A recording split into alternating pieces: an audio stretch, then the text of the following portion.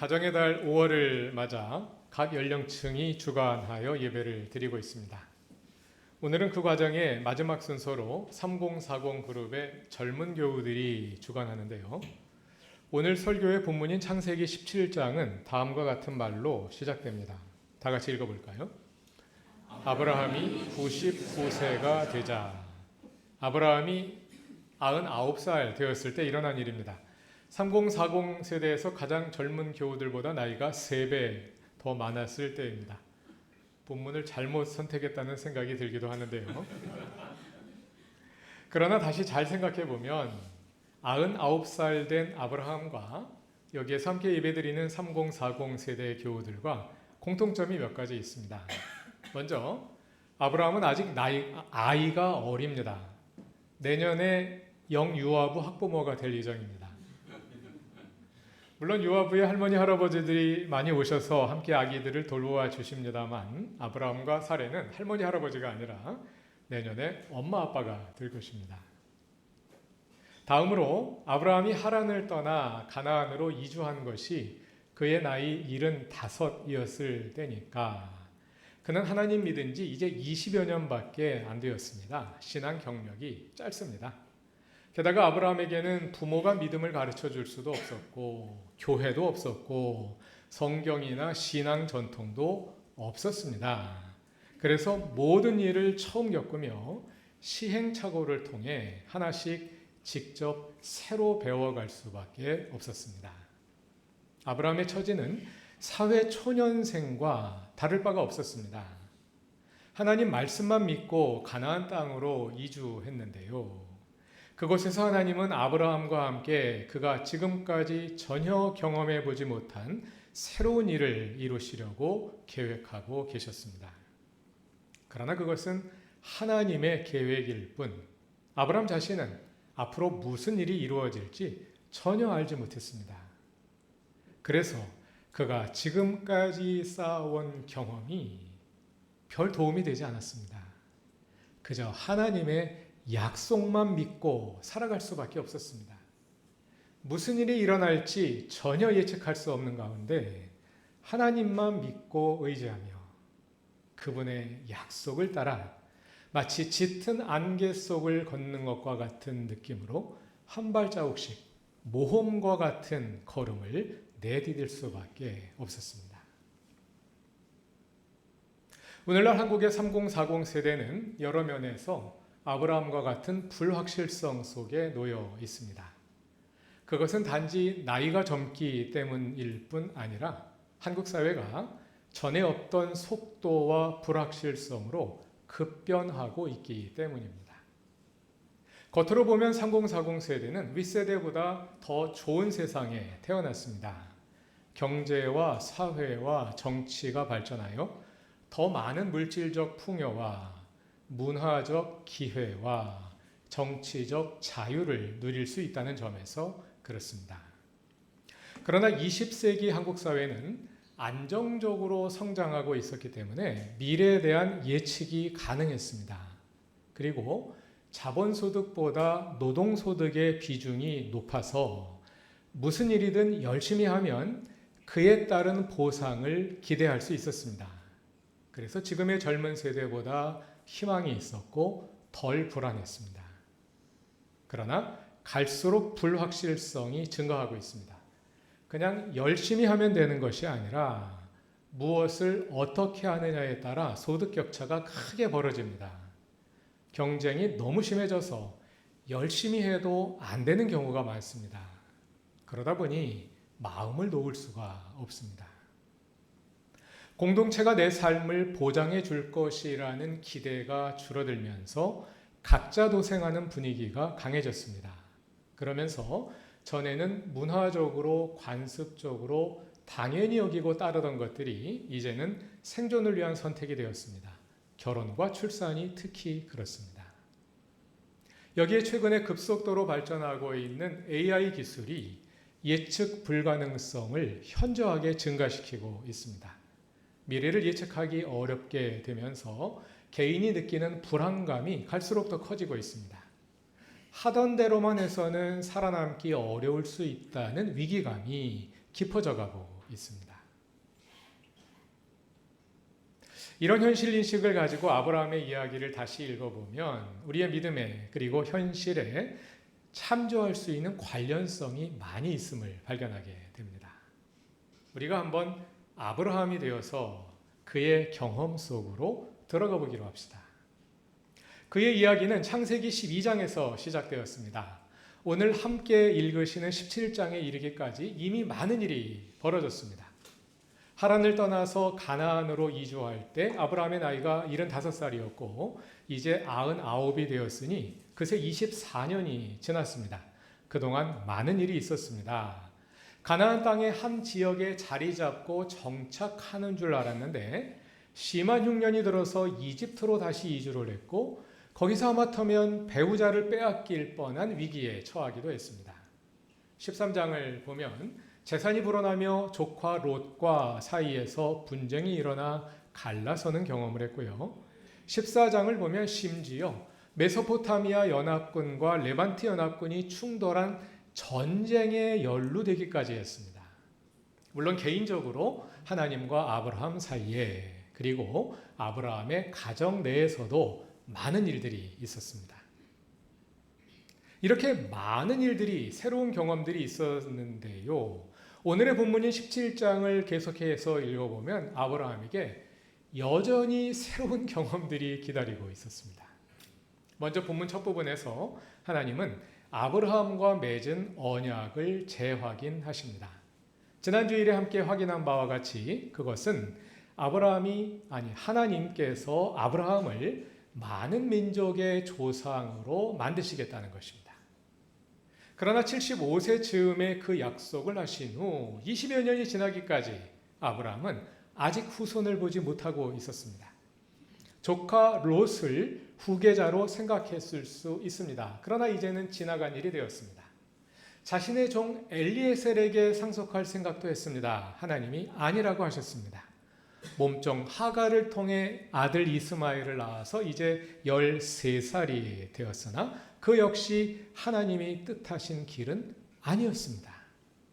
20여 년 전에 하나님께서 주신 약속이 여전히 허공에 떠 있었습니다. 그러한 아브라함에게 하나님은 오늘 본문에서 그가 어떻게 많은 민족의 조상이 될지 그 방법을 분명히 정해 주십니다. 그것은 아내 사라를 통해서 아들을 낳게 하시겠다는 것입니다. 16절을 다 같이 읽어봅시다.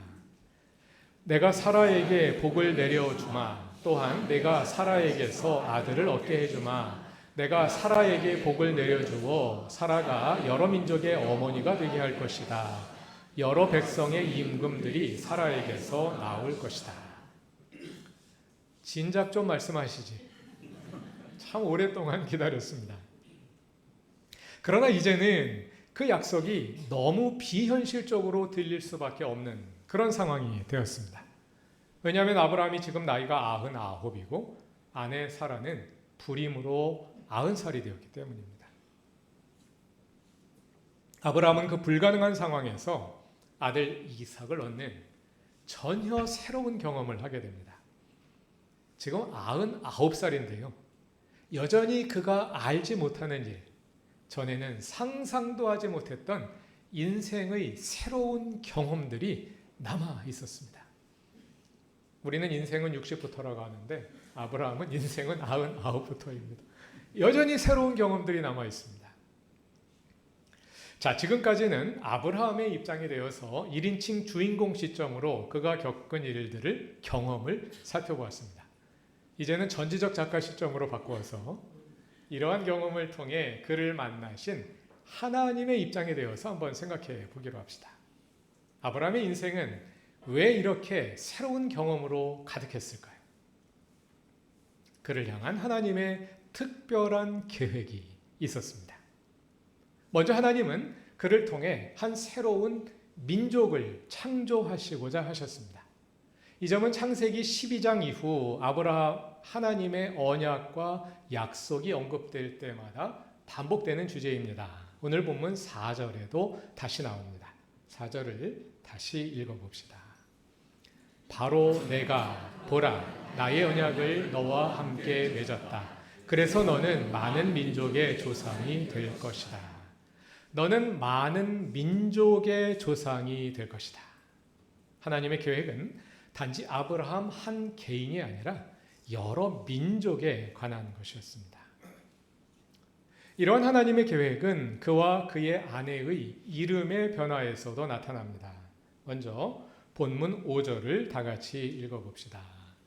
너의 이름을 더는 아브라함이라고 부르지 마라. 아브라함이 내 이름이 될 것이다.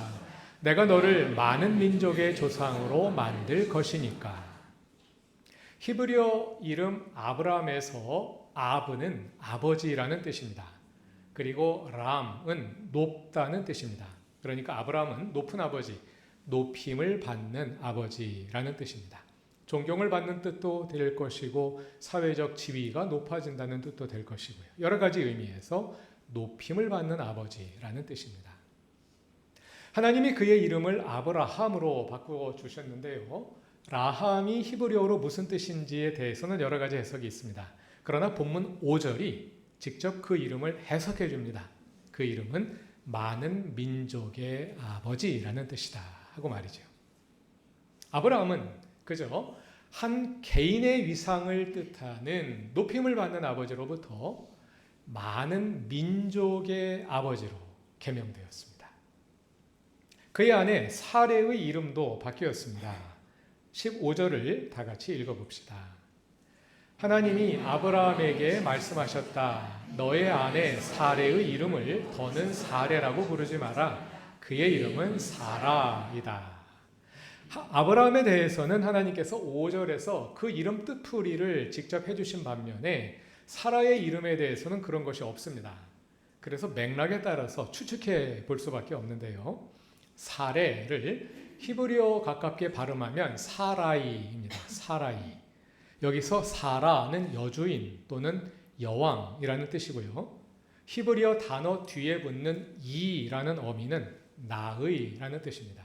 엘리 그러면 나의 하나님이라는 뜻이 됩니다. 이는 나의라는 뜻이거든요. 그러니까 나의 여주인, 나의 여왕이 되겠지요. 이 사라이에서 어미 이가 아로 바뀌어서 사라가 되었습니다. 아는 일반적으로 여성 명사에 붙는 어미입니다.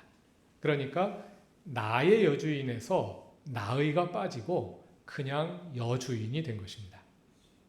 아브라함이 많은 민족의 조상이 되기 전에 사레는 그냥 한 사람을 위한 존재, 나의 여주인이었습니다. 그러나 이제 그녀는 많은 민족의 어머니가 될 것입니다. 그러므로 나의라는 수식어가 빠지고 그냥 여주인, 여왕이 된 것입니다.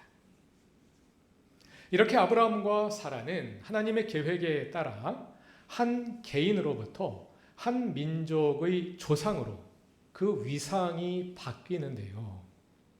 그 일은 먼 미래에 이루어질 것입니다. 그래서 아브라함의 현재 시점에서는 가늠하기 어렵고 감도 잘 오지 않습니다. 그것이 아브라함의 경험의 특징이었습니다. 하나님께서 먼 미래에 이루실 일을 위해서 그를 지금 부르셨고 지금 여기서 그의 미래를 만들어 가셨습니다. 이렇게 아브라함은 미래를 살아가야 했습니다. 그 미래는 하나님의 손에 들려 있었습니다. 그러므로 확실합니다. 그러나 그것이 오늘 아브라함에게는 불확실성으로 경험될 수밖에 없었습니다. 예측이 불가능하기 때문입니다. 아브라함은 그런 가운데 하나님을 믿었습니다. 그래서 믿음의 조상이 되었습니다. 하나님이 아브라함과 사라를 통해 한 민족을 새로 만드셨습니다. 그런데 이것은 평범한 일은 아니지만 그렇다고 매우 특별한 일이라 하기도 어려울 것입니다. 역사상으로 지구상에는 수많은 민족이 존재해 왔으니까요. 그들마다 조상을 가지고 있을 테니 인류 역사에 한 민족의 조상이 된 사람들은 굉장히 많습니다. 하나님의 계획의 진정한 특별함은 그보다 더 높은 차원에 있었습니다. 그것은 장차 아브라함의 후손을 주축으로 구성될 한 민족 집단을 하나님께서 그의 백성으로 삼으시고자 한 것입니다. 다시 말해서 하나님께서 아브라함을 통해 창조하시고자 한 것은 그냥 한 민족 또는 여러 민족이 아니라 온 인류의 구원을 위해 특별히 사용하실 하나님의 언약 백성이었습니다.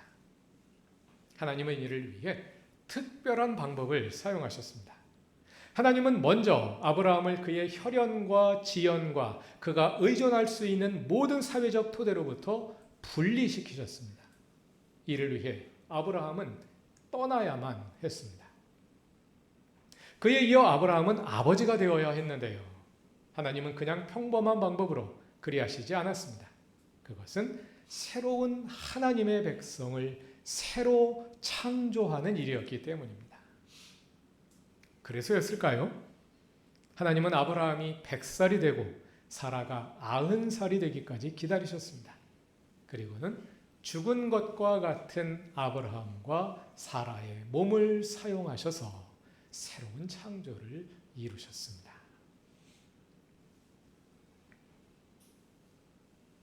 아브라함의 삶은 불확실성과 예측 불가능성으로 가득 차 있었습니다.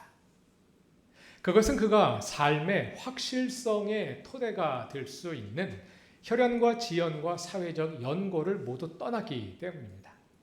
또 그 자신이 계획하지 않은 일들을 계속해서 수행해 가야 했기 때문입니다. 그래서 그는 상상할 수 없는 일들, 평범한 상식으로는 계획조차 할 수 없는 일들을 이루어 가야만 했습니다. 아브라함의 삶에서 그 불확실성은 마치 그림 속에 남아있는 여백과 같았습니다. 그리고 그 여백은 하나님께서 그의 삶에 개입하실 여지가 되었습니다. 하나님께서 그분의 계획에 따라 아브라함의 삶에 개입하셔서 친히 그 여백을 채워가셨고 아브라함은 주님의 이끄심에 따라 그 인생의 그림을 하나님과 함께 완성해 갔습니다. 아브라함의 삶의 불확실성은 하나님께서 의도적으로 만드신 것들이었습니다. 그분이 친히 새로운 이야기를 창조하시기 위해서 아브라함의 삶의 여백을 만들어 두셨고 그것을 창조의 여지로 삼아서 아브라함과 함께 그분의 이야기를 기록해 가셨습니다. 오늘 우리의 삶에도 불확실성이 가득합니다. 그 불확실성이 갈수록 더 커져가고 있습니다. 아브라함의 경험과 다른 점이 있다면 그 불확실성의 직접적인 원인이 하나님께 있다기보다는 경제발전과 사회구조 변화라는 객관적인 요인에 있는 것으로 보인다는 점입니다. 그러나 직접적인 원인이 다를지라도 그 불확실성이 우리 삶에 예측 불가능한 여백을 만들어낸다는 점에서는 같습니다. 그리고 우리가 그 상황에 어떻게 대처하느냐에 따라 그 여백이 하나님께서 개입하셔서 새로운 이야기를 써나가실 여지가 된다는 점에서도 같습니다. 그러므로 우리는 아브라함의 이야기를 우리 자신의 이야기로 들을 수 있고 그의 삶을 통해 일하신 하나님께서 우리 삶에서도 그와 같은 방식으로 일하실 것을 기대할 수 있습니다. 물론 우리가 새로운 민족의 조상이 되어야 할 필요는 없습니다. 반드시 불가능한 방식으로 아기를 낳아야 하는 것도 아닙니다. 물론 하나님께서 그리하실 수도 있습니다. 하나님께서 여러분을 통해서도 그리하시길 바랍니다. 그것까지 포함하여 모든 가능성을 열어두고 하나님께서 우리 삶에 이루어 가실 일들을 기대하며 이 불확실성의 시대를 믿음으로 살아갈 수 있으면 좋겠습니다. 우리는 20세기에 비해 불확실성과 예측 불가능성이 커진 그리고 커지고 있는 사회에서 살아가고 있습니다. 그러한 현실 앞에서 믿음이 위축되기도 하고 종종 그에 비해 초라해진 우리의 모습을 발견하기도 합니다. 그러나 잊지 마시기 바랍니다. 불확실성과 예측 불가능성이라는 우리 삶의 여백은 곧 하나님께서 개입하실 창조의 여지입니다. 우리는 하나님께서 개입하셔서 새로이 창조하실 여지가 많은 세상을, 그러한 인생을 살아가고 있습니다. 오늘 찬양대가 불러주신 하나님의 시간이라는 찬양이 이러한 믿음의 교백을 잘 표현하여 담아내고 있습니다. 그때가 언제인지 알 수 없고 그 뜻이 무엇인지 알 수 없는 나를 지으신 주님께서 이끌어 가시는 하나님의 시간.